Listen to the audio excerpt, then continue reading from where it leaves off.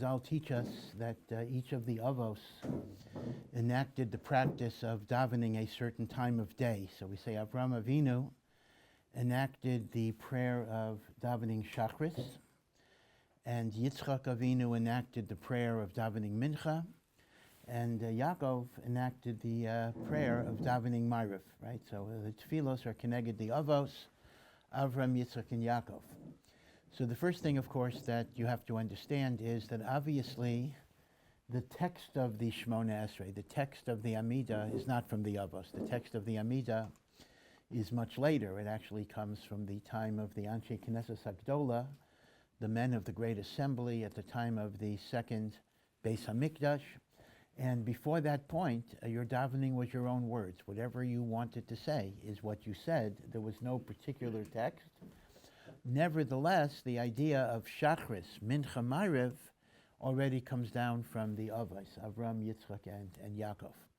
And at least with respect to Maariv, we actually learn it from this parsha, where it says that Yaakov is going to Haran. Yaakov is fleeing the wrath of Esav, going to Haran, which is northeast of Eretz Yisrael, in order to find a wife and in order to escape the wrath of Esav. And the Torah says, Vayifka b'makom, he encountered the place, Vayolin sham, and he dwelt there, he spent the night there, Kiva hashemesh, because the sun had suddenly set. Chazal actually say it was the middle of the day, it became dark.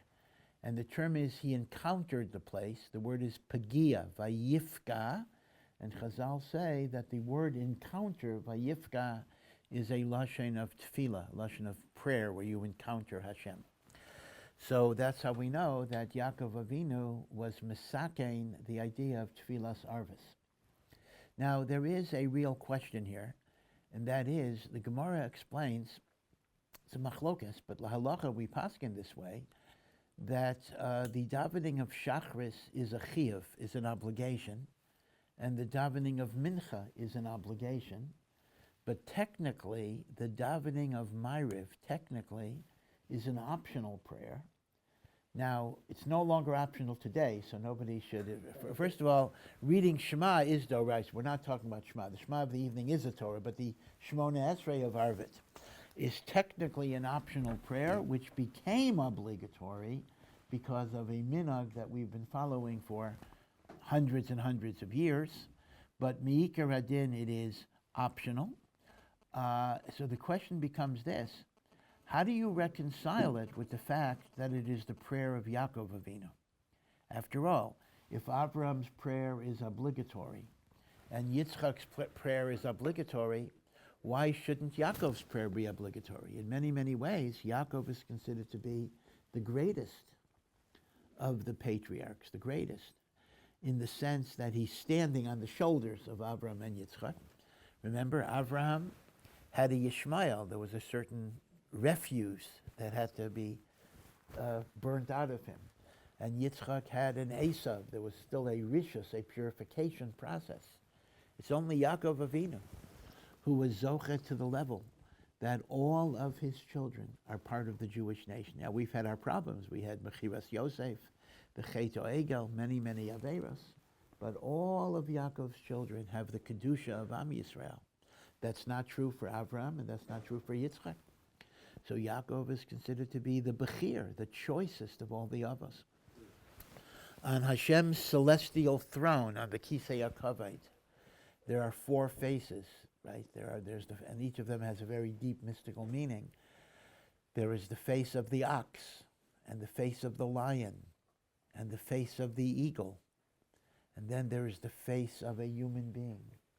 And according to the Gemara, the human being's face is none other than the face of Yaakov Avinu, who it is said was the same face as Adam Harishain, the original creation of God. So Yaakov's greatness is unbelievable greatness. Why should it be that the prayer of Yaakov is less important, that it only becomes an optional prayer, and it's not an obligatory prayer? So let me first give you an answer of the P'nei Yehoshua. P'nei Yehoshua is a great, great commentary on Gemara. I'm not sure if you've been ever exposed to the P'nei Yehoshua. The P'nei Yehoshua is not written on every Maseches of Shas, but every Maseches that he does write, it's a very, very classic work. He lived in the 1700s. He was a Rav in Frankfurt. And he had a particular mission, although that's not the only thing he does. A very interesting mission. You know, we have Rashi and we have Tosfos. And a lot of what Tosfos does is always ask, although many of them were Rashi's own grandchildren, but they ask questions on Rashi. And as a result, they propose alternative interpretations of the Gemara. Right? A typical Tosfos might be, oh, Rashi says this, but we have question A, B, C, D. It contradicts this and contradicts that. And therefore, Rabbeinu Tam will explain it a different way. Right? That's how a Tosfos often works. So the P'nei Yehoshua took as his job to answer all of the questions that Tosfos asks on Rashi in order to defend Rashi's position. That's not the only thing he does, but that's one of his goals. You know, and the P'nei Yehoshua in his introduction tells a very interesting story. He says he was caught in a devastating fire. You know, in Europe, the Jewish communities in Europe, a lot of the buildings, a lot of the houses were wooden houses, and they used straw for their roofs, thatched roofs.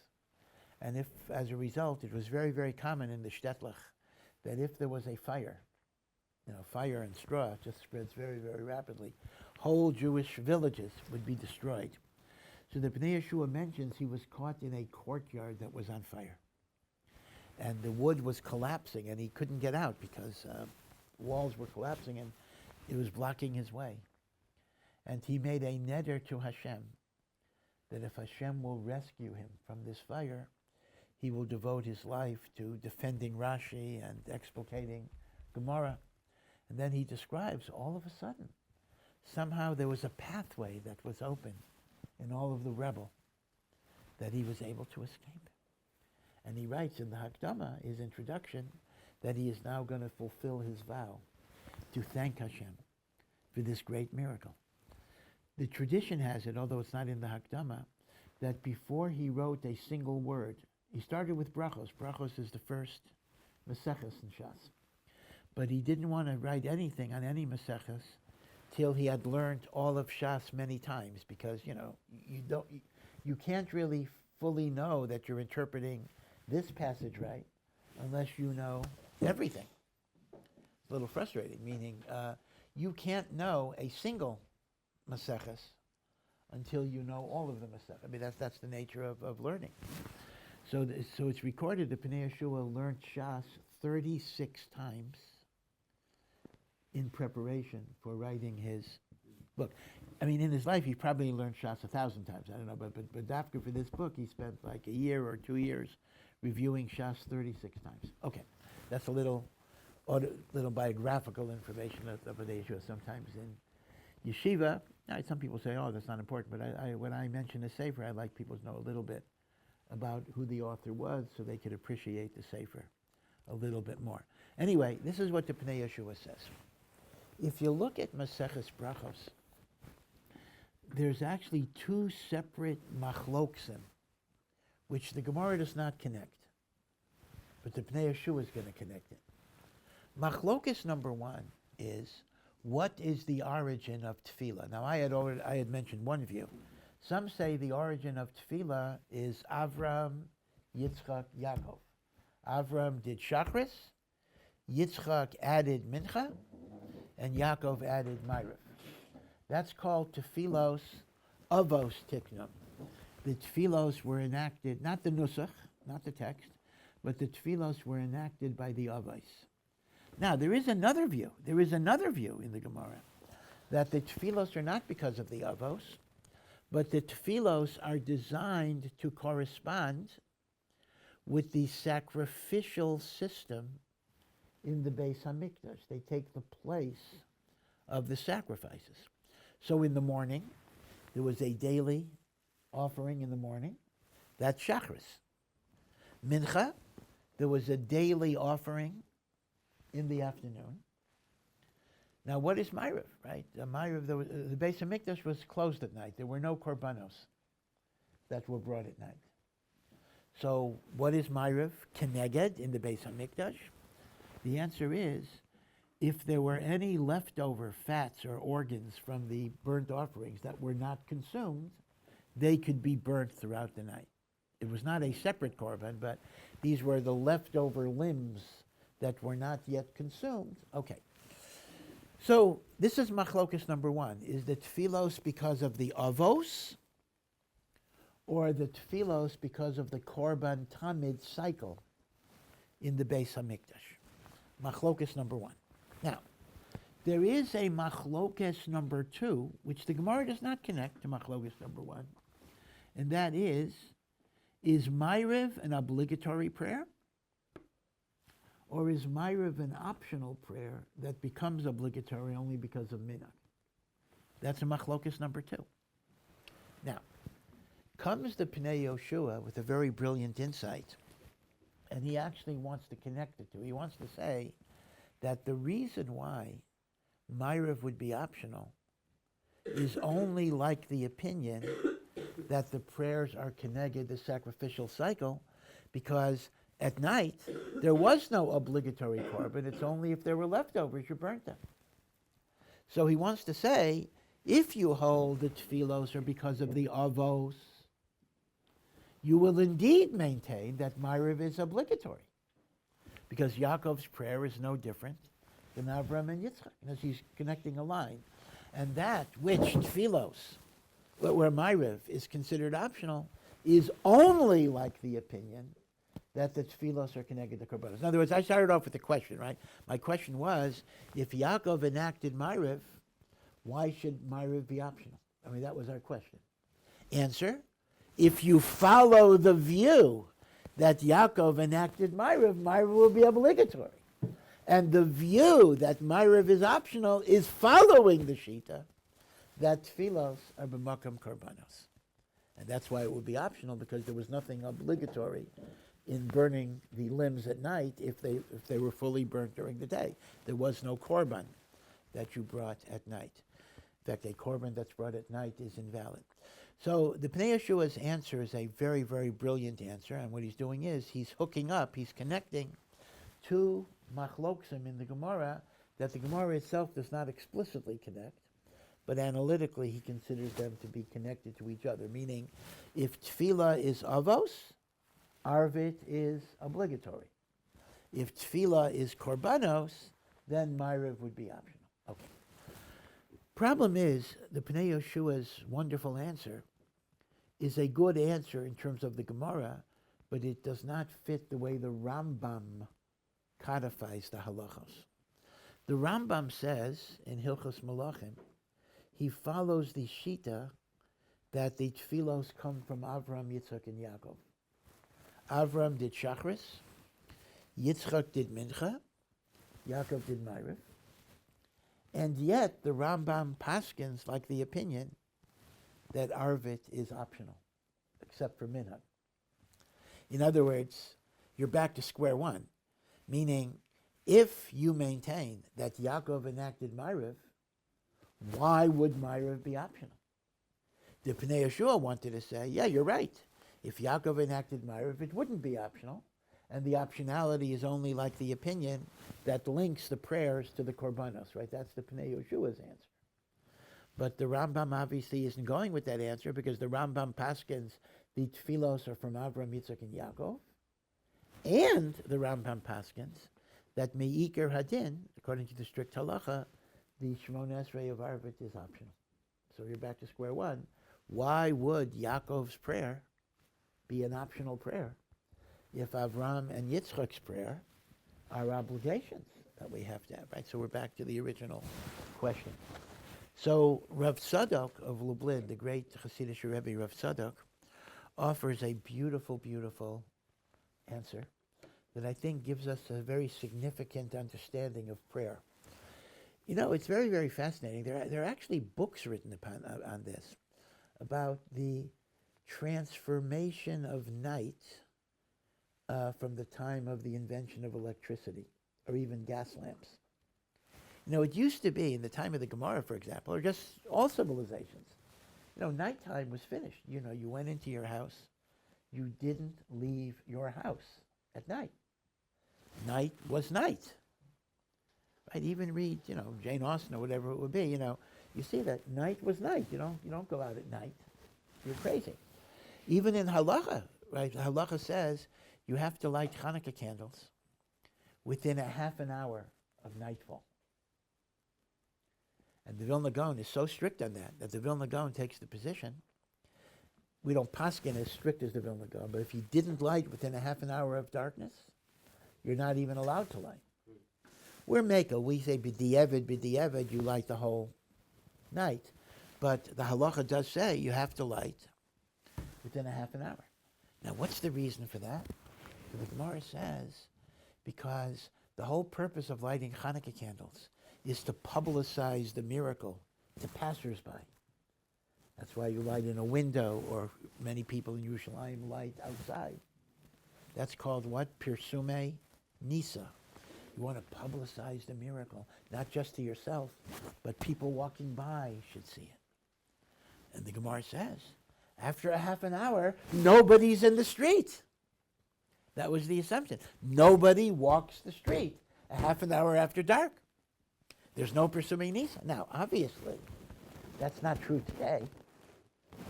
Right, Yerushalayim, I mean, your little kids are walking around, 10 o'clock at night. I wonder why, but, they're doing it. But the short answer is this is one of the changes of electricity, right? Or even gas lamps, even before that, where the night became an extension of the day. And there are actually books written about, secular books, written about the transformation of night. Like, when did restaurants begin to be open at night, or pubs or bars or whatever? It's not such a recent thing. I'm sorry, it is a relatively recent thing. It used to be there was no such musag, no such idea of things being open at night. There wasn't such a thing.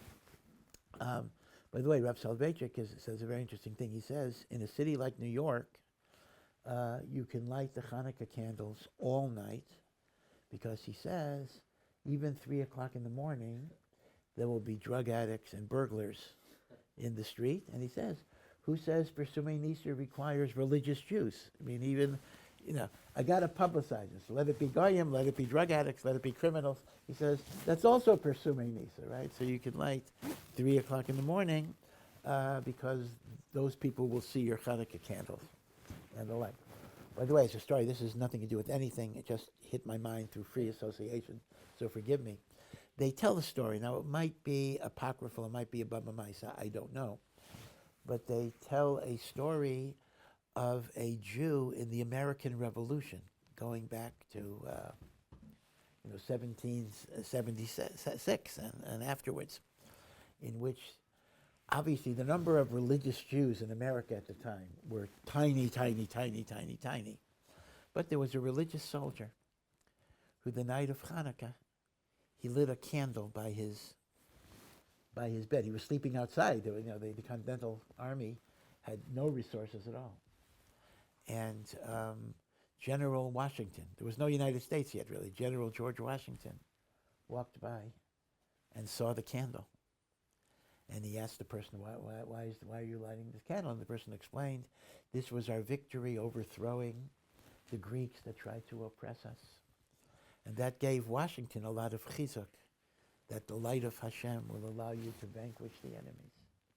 And he remembered, and he was very fond of this. He remembered this, and he said, when we win this war with God's help, I want to reconnect with you about it. Now, the first capital of the United States was actually New York City. Washington took the oath of office as first president of the United States in New York. New York was capital for a year, or maybe less than a year. And as Washington was walking to his inauguration, or maybe must be the night before, so he saw a Hanukkah candle. He saw a Hanukkah candle. It was Hanukkah. He saw a Hanukkah candle burning in the window, and he knocked on the door, and it was actually that soldier who was living in New York, and they reconnected. And he said, "I remember that light of Hanukkah that gave me such inspiration." So the reason I'm reminded of this is Rav Soloveitchik's statement that there's an inyan of Pirsume Nisa even to non-Jewish people, and that's actually the story with George Washington. Is it true? I don't know. You never know. Just like Our Jewish maisim sometimes get exaggerated, kal v'chomer, these types of maisim. But still, it's a beautiful idea that Hanukkah gave chizuk and hope to George Washington in the American Revolution. Okay, now the reason I'm bringing this up is, though, that we've really lost a sense of day, night, because everything melds into everything else. And therefore, Shachris is the same as Mincha, and Mincha is the same as Maariv. We don't really have a sense. You know, you have the same lighting. But if you're more attuned to nature, if you're more connected to nature, Rav Tzadok says, even though you say the same Shmona Esrei, Shachris, Mincha, and Maariv, same words, there's a different emotional tone of Shachris and Mincha and Maariv. There's a different type of emotion, a different type of feeling that you bring to each of these prayers. Again, we've lost it a lot. You know, just to give you another example of how we don't really have a sense of night anymore, the grandeur of night. Have you guys ever been to Amuka? You've heard of Amuka? So Tzfat, of course, everyone knows about Tzfat. So near Tzfat, there's a little, I don't know if anyone even lives there, but Amuka means a very deep valley. There's a deep, deep, deep valley, and there's a kever of a great, great rabbi in that valley, the kever of Yonasan ben Uziel. Yonasan ben Uziel was described as the greatest disciple of Hillel. And he was so great that when he would learn Torah, angels would come to learn from him, and the fire of those angels would burn a bird that flew over. Yonasan ben Uziel, very, very, very, very great. There is a commentary on the Torah called the Targum of Yonasan ben Uziel. That's Aramaic, but it brings many, many midrashim. Not like Onkelos. Onkelos is Aramaic, but without any midrashic embellishment. Targum Yonasan has many, many midrashim and the like. Now, Yonasan ben Uziel, it is said, was never married. So, because he knew the suffering of being alone, it is said that his kever, which is in Amuka, is a place to be mispalo for shidduchim. It's very misugal to pray for a shidduch at the kever of Yonasan ben Uziel. So what often happens is people, men or women, forget their sitters in Yonasan ben Uziel's kever, and their sitter has their name, their address, their phone number, and now their email. So let's say a young lady forgot her sitter, so a young man will come and see the sitter with the name and address in it, and in order to fulfill the mitzvah d'oraisa of returning a lost article, hashav hasaveda, so the young man will of course have to call the young woman in order to return her sitter. And I found your sitter. And, you know, shidduchim are made based on that. That's the start of a relationship. So people would often lose their things there with their name on it. Hopefully that would be retrieved. Of course, if it's retrieved by another girl, forget it. Put it back. Put the sitter back. But the hope would be that this would be the basis of a shidduch. Now I'm bringing this up because when I went to Amuk, it's been many, many years. I think they spruced it up a little bit. There were literally no lights. It was pitch dark. All you had were your headlights or whatever candles you brought. I mean, it was pitch dark. And if you looked up at the sky, you saw thousands, millions of stars. And I understood what the Chumash means, right? Until then, I always had this problem. That is, Hashem tells Avram, your children will be like the stars of the heaven. Well, go outside tonight, look at the sky, and tell me how many stars you're going to see in the sky. 5, 10, 20. You don't see a large number of stars. So what's the big deal? Stars of the heaven? What type of promise is that? That's because of light pollution. That's because of lights. Lights block the sky.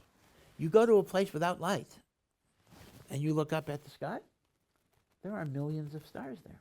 It's the most amazing thing. The whole sky is totally different. Filled and filled and filled.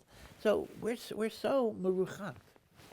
We're so distant from nature. We don't have a sense of the rhythms. We don't have a sense of day and night.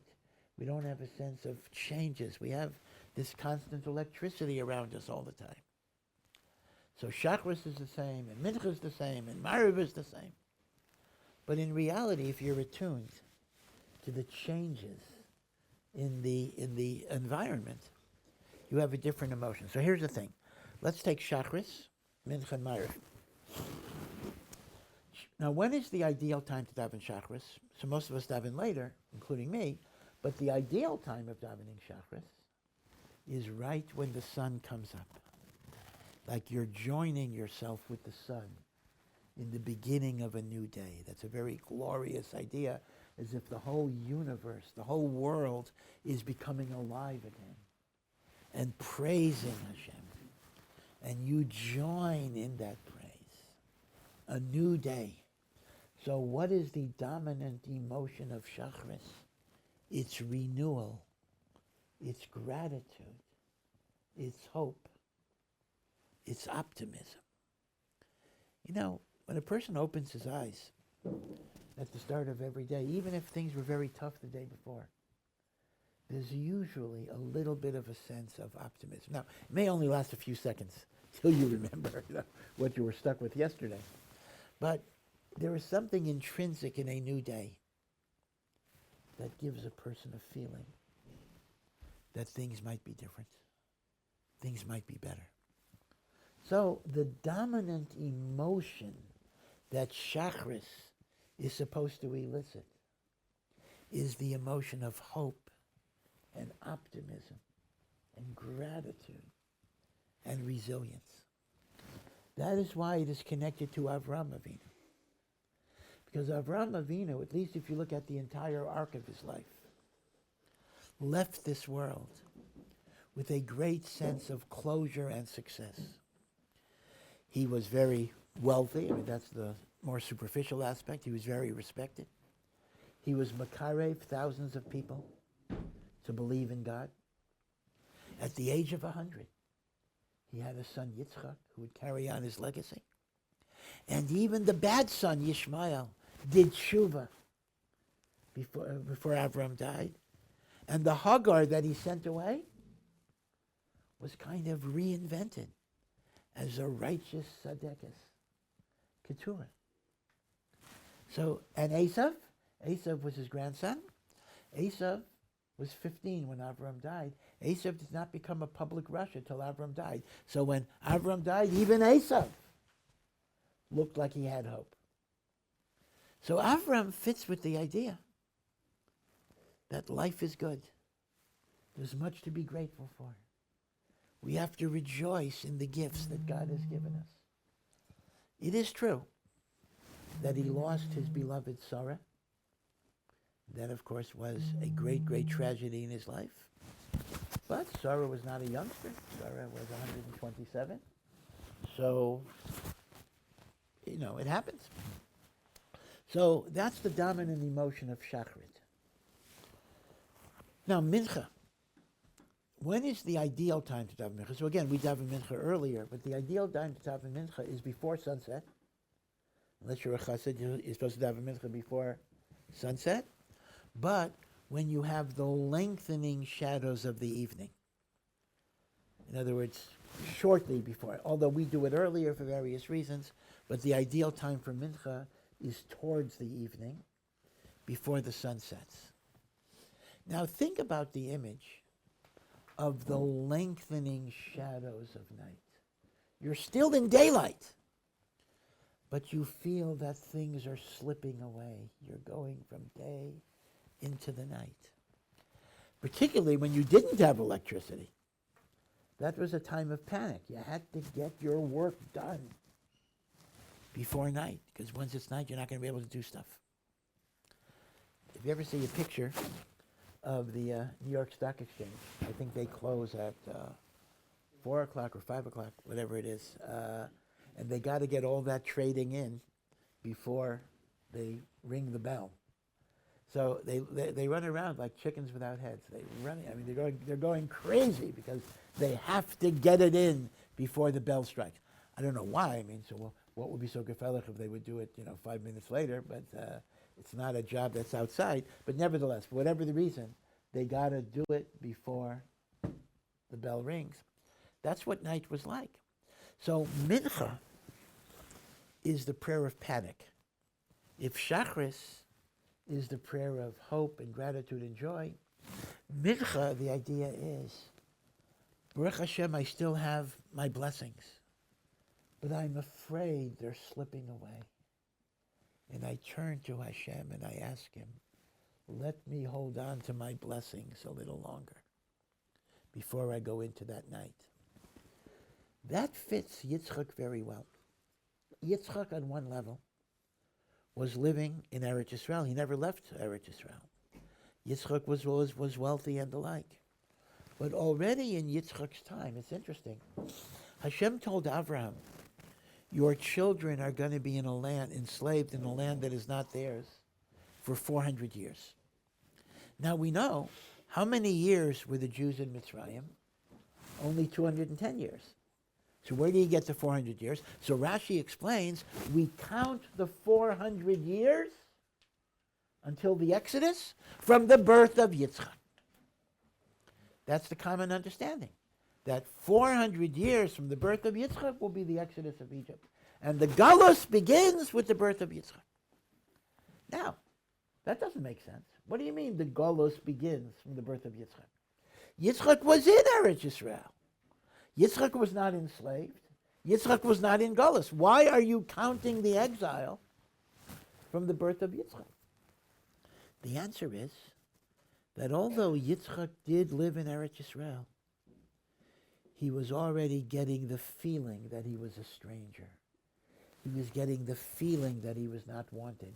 The Philistines harassed him. The Philistines filled up the wells. Kind of the feeling that maybe many Jews have in America right now. You're not really wanted. You're not really part of us. Why don't you go back to where you came from? Of course, a lot of the argument even says that to Jews in Israel. What they say, you're not from here. This is one of the Arab claims. You're not from here. You're from Poland, and you're from Russia, and you're from Romania. Go back to your ancestral countries, which of course is crazy. But that's kind of the way Yitzchak is feeling. So you see the connection to Mincha. You're still in daytime,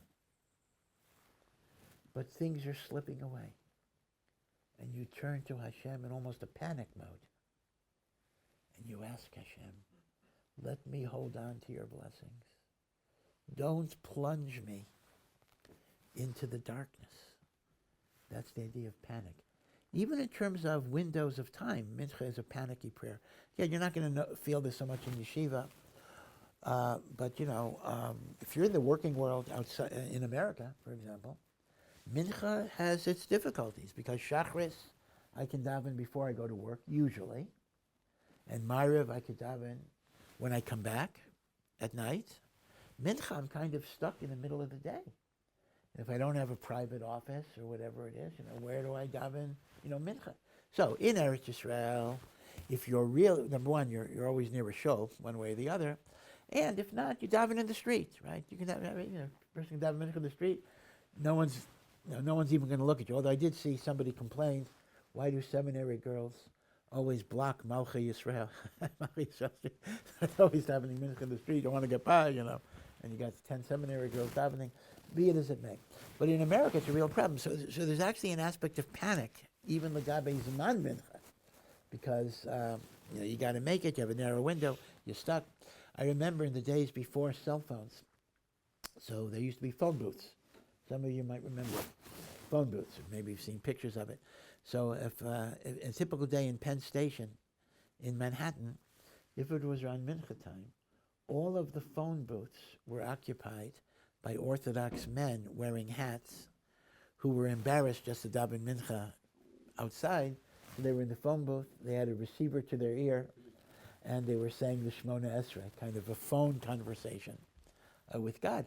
And I saw a number of times that people were knocking, people wanted to use the phone, were banging, on the phone booth. Get out of here, you're taking up too much time. Of course, I always think about when I remember the phone conversations to God during Mincha time. I was thinking, when you daven from Manhattan, it was a long distance charge. You daven here, Baruch Hashem, even if you're using a phone, it's a local. It's more of a local call here.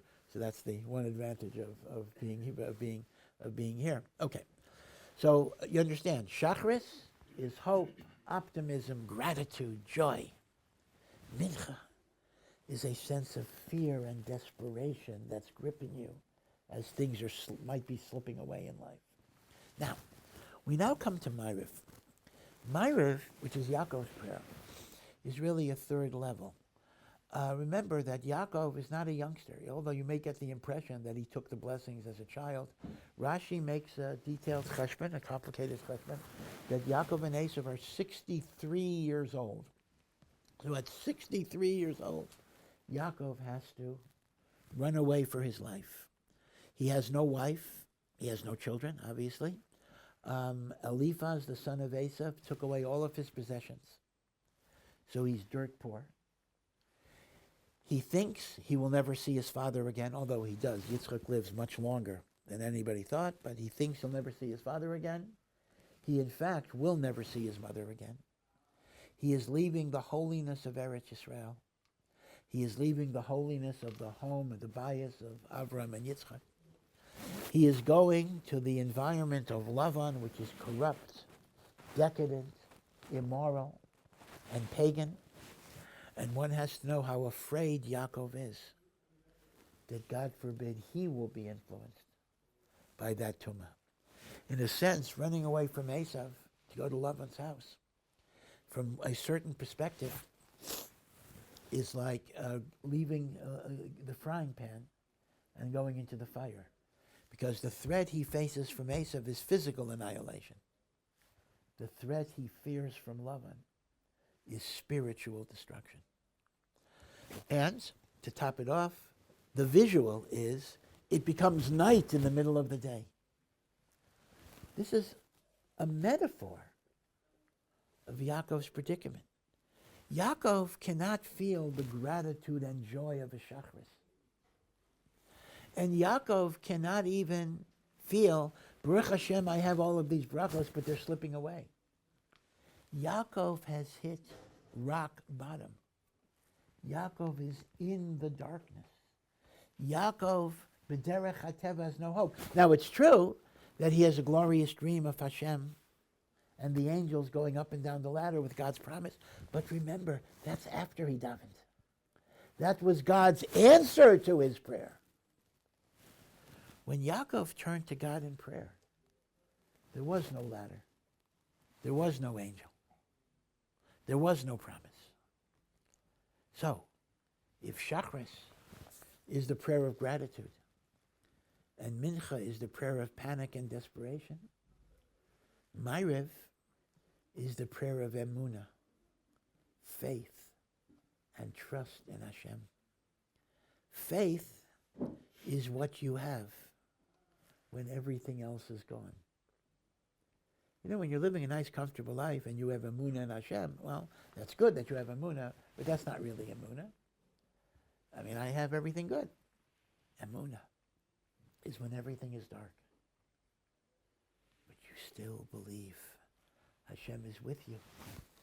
And Hashem will take you out of the darkness, one way or the other. This is why, in the Kriya Shema of the morning, after we finish the Shema, we say, Emes v'yatziv. Emes, God's truth, is firmly standing up.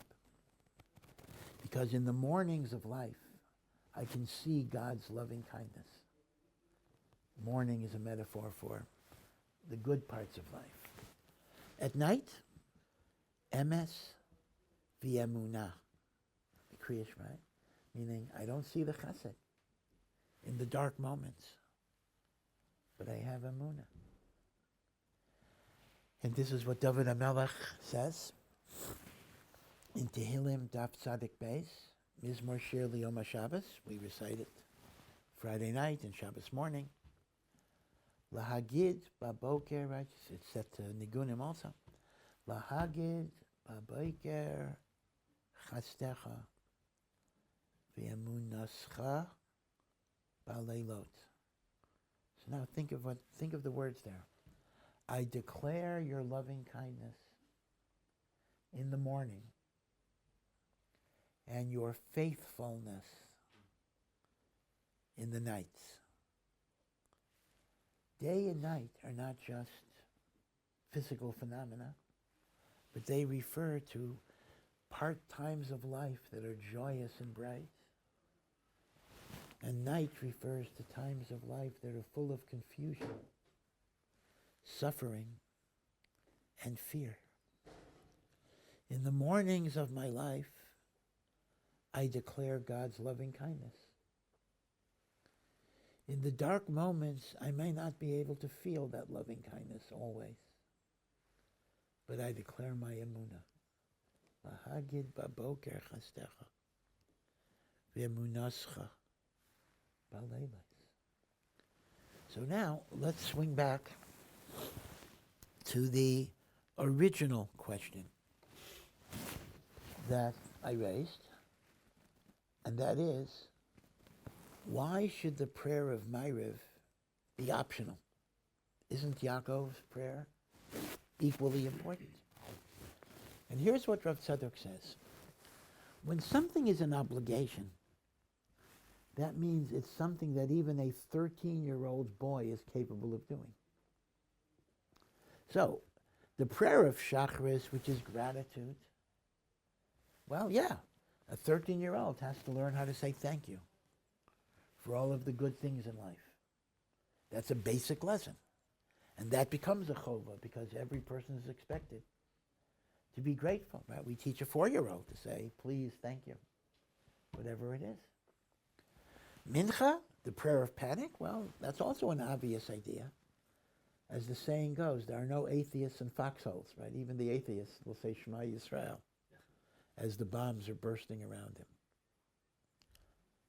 But Maariv is the highest level of all.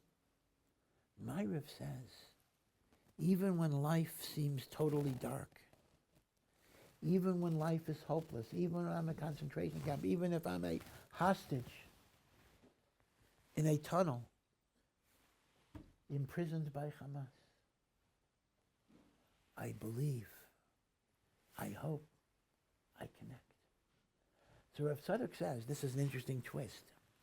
The optionality, if there's such a word, of Arvit is not because it's less important, but it represents such a high level that it can't be demanded of a person. It's something you work towards. In other words, it's an aspirational level. In other words, anything that's a chiyuv can be demanded of a person. Something that's not a chiyuv, a person hopefully will work towards it in his life. But it may take a while to achieve that type of level. And therefore that is the madrega of Arvit, and that is why the prayer of Maariv is a rishus. David HaMelech says in Mizmor Chaf Gimel, Mizmor LeDavid, right? We sing it 3 times. Suda Shlishis. Gam ki elech begates almavas. Even if I walk in the valley of the shadow of death, lo ira ra, I will not be afraid of bad. Ki ata imadi, you, Hashem, are with me. That's the madrega of Emunah. Emunah says, in the darkest moments, I know Hashem is with me. I know He's here. Now, that doesn't mean necessarily I'm going to get out. I mean, things happen. 6 million Jews died in the Holocaust. But it means I know Hashem is with me in my suffering, in my nisayim, and He will give me the strength. That is the greatness of Maariv, and Rav Tzadok says that is why Maariv is optional, because you aspire to it. It's not something that's automatic in that way. Okay, so wish you all a wonderful Shabbos, a Chodesh Tov, and Hashem. Thank you for listening to this Awesome Ech production. To find out more and to partner in our mission, please visit ohr.edu.